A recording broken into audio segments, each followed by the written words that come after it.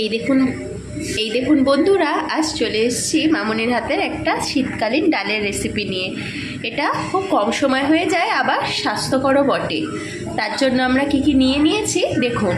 প্রথমেই প্রেশার কুকারে সর্ষে তেল দিয়ে একটু গরম করে নিয়েছে মামনি।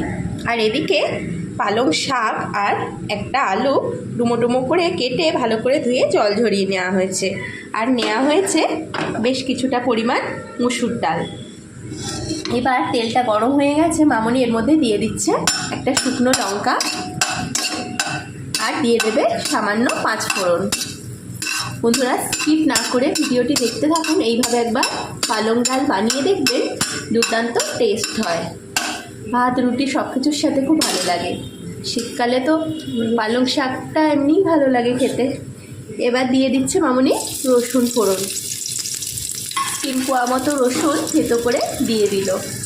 এবার দেবে একটু 5 ফোড়ন।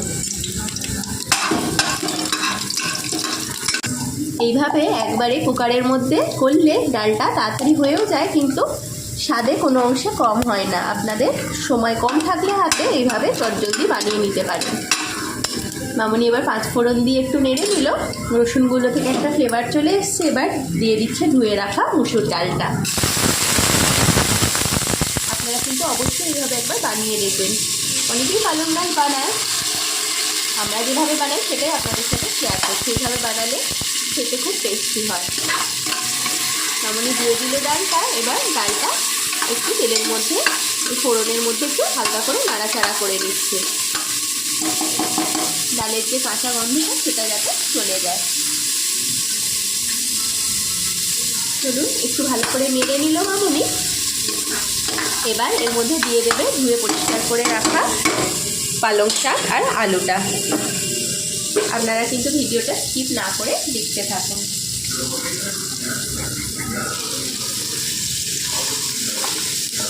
মামনি এবার ধুয়ে রাখা শাক আর আলুটা দিয়ে দিল।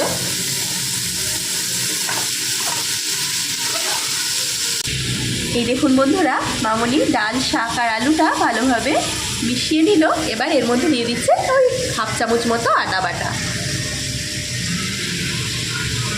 এটা দিলে তরকারির টেস্টটা আরও ভালো আসে ডালটার। এটা মাখো মাখো হয়, তরকারির মতোই হয়। এটা একবারে পাতলা করা যাবে না, এটা গাঢ় গাঢ় গায়ে গায়ে হবে।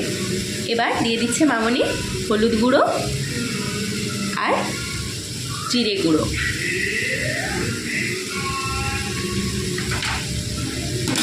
আর দিয়ে দেবে পরিমাণ মতো লবণ। আপনারা যে যেমন লবণটা খান সেই রকম পরিমাণ অনুযায়ী লবণটা ব্যবহার করবেন। আর দেবে সামান্য একটু চিনি। পালং শাক যেহেতু একটু কষ্টা ভাব হয়, একটু চিনিটা দিলে শাকের টেস্টটা ভালো আসে। আর যে কোনো শাকেই একটু মিষ্টি দিলে ভালো লাগে। আপনারা যারা পছন্দ করেন না বা যাদের মিষ্টি খাওয়া বারণ আছে, তারা স্কিপ করলে কোনো অসুবিধা নেই। এবার মামনি ভালোভাবে মশলাটা শাক ডালের সাথে মিশিয়ে নেবে। এইভাবে কিন্তু অবশ্যই একবার ট্রাই করে দেখবেন, সত্যি খুব টেস্টি হয়। সবাই সবার মতো করে নিজস্বভাবে করে, আমাদের যেভাবে করে সেটাই আপনাদের সাথে শেয়ার করছি আর কি। এবার বেশ কিছুক্ষণ একটু নেড়ে নিয়ে মশলার কাঁচা গন্ধটা একটু চলে গেলে মামনি এতে অ্যাড করবে পরিমাণ মতো জল। জলটা আপনারা আন্দাজ বুঝে কিন্তু দেবেন, কুকারে যেন লেগেও না যায়, আবার খুব পাতলাও যেন না হয়। এই দেখুন, মামনি শাকটা ভালোভাবে মশলার সাথে মিশিয়ে নিল। মশলার কাঁচা গন্ধটাও চলে গেছে। এবার মামনি দিয়ে দিচ্ছে পরিমাণ মতো জল।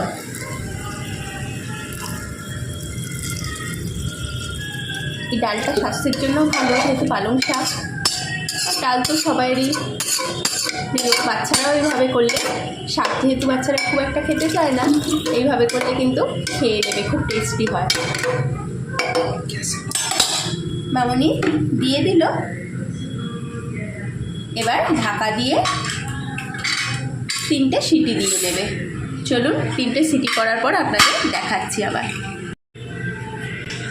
এই দেখুন বন্ধুরা, মামনির হাতের দারুণ টেস্টি পালং ডালটা রেডি হয়ে গেছে। আমরা পরিবেশন করে দিয়েছি।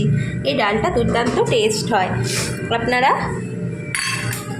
যারা কখনো এইভাবে করেননি একবার অবশ্যই ট্রাই করবেন।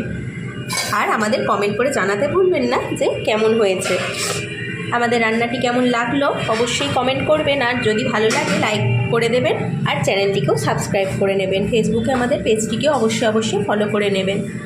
ভিডিওটি এতক্ষণ ধরে দেখার জন্য আপনাদের অসংখ্য ধন্যবাদ আর অনেক ভালোবাসা। আজ তাহলে আসি, আবার দেখা হবে অন্য কোনো দিন অন্য কোনো নতুন রেসিপি নিয়ে। ততক্ষণ আপনারা ভালো থাকুন, সুস্থ থাকুন।